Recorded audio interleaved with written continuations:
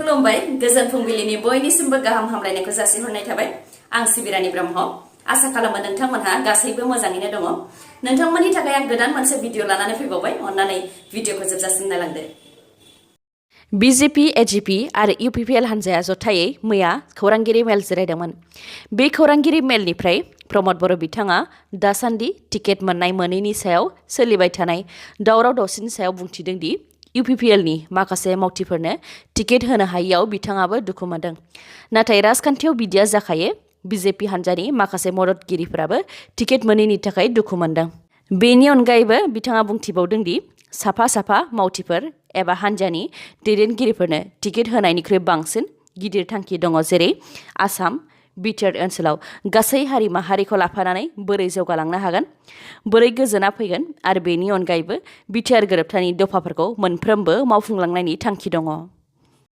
पाकिस्तानाव गंसे नखरनिनो साबा सुबुंखौ गाज्रियैनो बुथारदों बे जाथाया पाकिस्ताननि रहिमयार खान नगरनि 15 किल'मिटार गोजानाव थानाय आबु धाबि कल'नियाव जादों जिउ गोमानाय नखरसेनिनो साबा सुबुंफोरखौ सन्देह गोनां थासारियाव बोखांनो हादों रिपर्टनि बायदिब्ला साबाखौबो गोबौ हाथियारजों गोदोना हास'नानै बुथारदों बे जाथायनि उनाव पाकिस्ताननि हिन्दु समाजनि गेजेराव सोमखिखांनाय सोमजिदों जाथाय जाखांनायनि उनाव ओनसोलनि मानसिफोरा पुलिसनो खौरां हरनायाव पुलिसआ साबा सुबुंनि गोथै देहाजों लोगोसे गंसे देगार आरो गंसे रुवा बोखांनो हादों खौरांनि बायदिब्ला साबा थैनायनि मादाव सासेनि मुङा रामचान्द 35निफ्राय 36 बोसोर बैसोनि गेजेरावमोन आरो बियो सासे मेघवाल हिन्दुमोन बिथां रामचान्दआ गोलाव समनिफ्रायनो पाकिस्तानाव जि सुग्रानि टेलरिंनि गला एबा दखान होयोमोन 12 नं बरमा बियाबाव जिएसपिनि नब कुमार सरनिया बिथांनो इउपिपिएलनिफ्राय टिकेट होगोनखौ खौरां मोननानै गोजोनै थानो हायाखै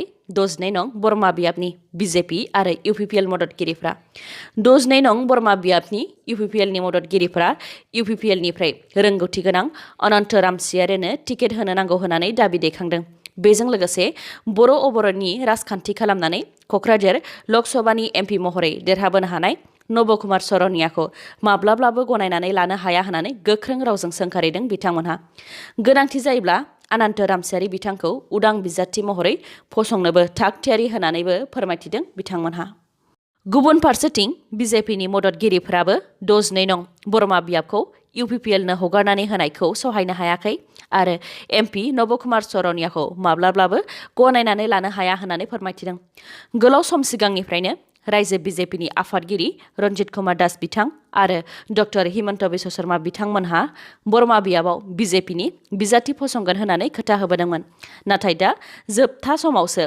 खोथा होनायखौ नेवसिगारनायनि रागायाव बिजेपि मददगिरिफोरा बरमा बिजेपिनि मावखुलि एबा अफिसखौ थाला बन्द खालामनायजों लोगोसे बिजेपिनि बेनार फिरफिला आरो मटर टायार सावनानै खुद्रिखांदों दतमायाव खुंजानाय इउपिपिएलनि मोनसे हाबनाय हाबाफारियाव हाग्रामा महिलारि बिथांनि खाथि सोमोन्दो थानाय कन्ट्रेक्टर मनरन्जन ब्रह्म बिपिएफनि बारग' एमसिएलए इन्द्रमहन ब्रह्म बिथांमोनजों लोगोसे बिपिएफनि माखासे मावथिफोरा इउपिपिएल हान्जायाव अफिसियेलि हाबदों मख'नो गोनांदि थिकादार मनरन्जन ब्रह्मजों लोगोसे माखासे थिकादारफोर राजखान्थि दैदेनगिरिफोर आरो सोरखारि मावथिफोरनि हेंथायै थांनाय 2015 मायथाइनिफ्रायनो बिटिसिनि बारग' गाहाय हाग्रामा महिलारि बिथांनि सोरखारनि समाव बिटिसिनि पाब्लिक फान्डनि रांखौ बेले बेजे खालामनायनि दायाव 28 फेब्रुवारि 2021 मायथाइयाव क'क्राझार पुलिस थानायाव एफआइआर होनाय जादोंमोन आरो गासै मोन 16 फाइलफोरखौ क'क्राझार पुलिसआ बिटिसि सेक्रेटारियेट अफिसनिफ्राय नायबिजिरनो थाखाय लानानैबो थांदोंमोन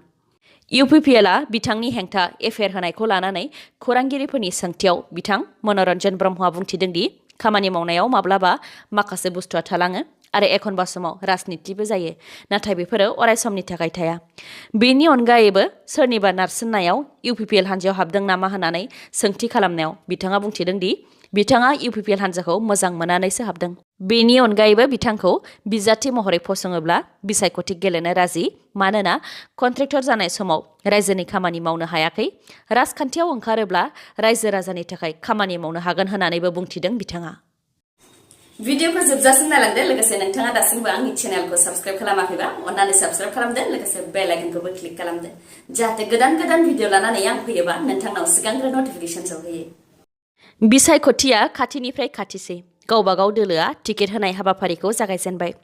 टिकेट मोननाय मोननैखौ लानानै गुबुन गुबुन दोलोनि मददगिरिफ्रा आसामनि दाब दाब जायगायाव सोमावसारदों। बे बेलायाव उन जानानै थायाखै AIUDFनि मददगिरिफ्राबो, नाथाय बिथांमोनहा गुबुन आदब लानानै लामायाव सोमावसारदों। लाहौरी-घाट बियाबाव AIUDFनिफ्राय सिद्दिक आहमेद बिथांनो टिकेट होजानो लुबैदों AIUDFनि मददगिरिफ्रा। बिथांनो टिकेट होआलासे कंग्रेसनिफ्राय डक्टर नाजरुल इस्लाम नङाब्ला बिथांनि फिसाज्लानो टिकेट होगोनखौ खौरां मोननानै गोजोनै थाथेरनो हायाखै AIUDFनि मददगिरिफ्रा, जायनि थाखाय कंग्रेसनि डक्टर नाजरुल इस्लाम नङाब्ला बिथांनि फिसाज्लानो टिकेट होयोब्ला बिस लोंनानै थैगोन होननानैबो गोबां जौ AIUDFनि मददगिरिफ्रा आखायाव बिसनि बथल लानानै लामायाव सोमावसारदों। बिस लोंनायजों जिउ गोमायोब्ला AIUDFनि गाहाय बद्रुद्दीन आजमलनि दाय जागोन होननानैबो गोख्रों रावजों बुंथिदों बिथांमोनहा। किडनि बेरामिफोरनि थाखाय गोजोनथाव खौरां।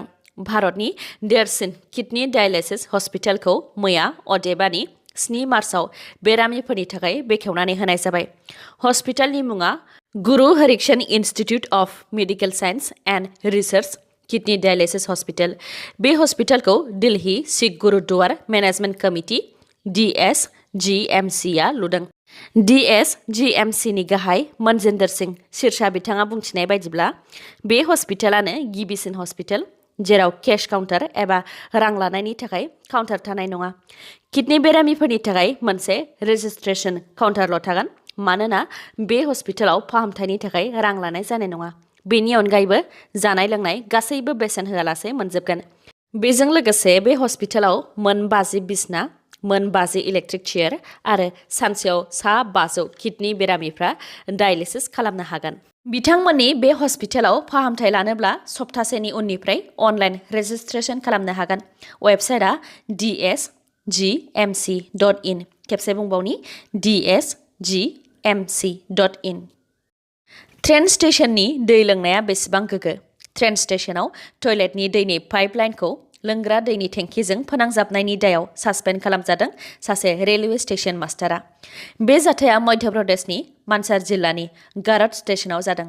Senior divisional commercial manager Ajay Kumar Pal बिथाङा बुंथिनाय बायदिब्ला बे स्टेशन मास्टार चौतमाल मीनानि सिङाव थानाय सासे मावथिया टयलेटनि दैनि पाइपखौ लोंग्रा दैनि टेंकिजों फोनांजाबदोंमोन। दा बेनि दायावनो स्टेशन मास्टारखौ सासपेन्ड खालामनाय जाबाय आरो मावथिखौ होखारनायबो जाबाय। BJPआव जइन जाबाय बलिउडनि मुंदांखा फावखुंगुर मिथुन चक्रवर्तीया। कलकातायाव थानाय जारिमिनारि ब्रिगेड पेरेड ग्राउन्डआव मैया गिदिरथार सुबुं गौमा खुंदोंमोन। बे हाबाफारियाव प्राइम मिनिस्टार नरेन्द्र मदि बिथाङाबो नुजाथिदोंमोन।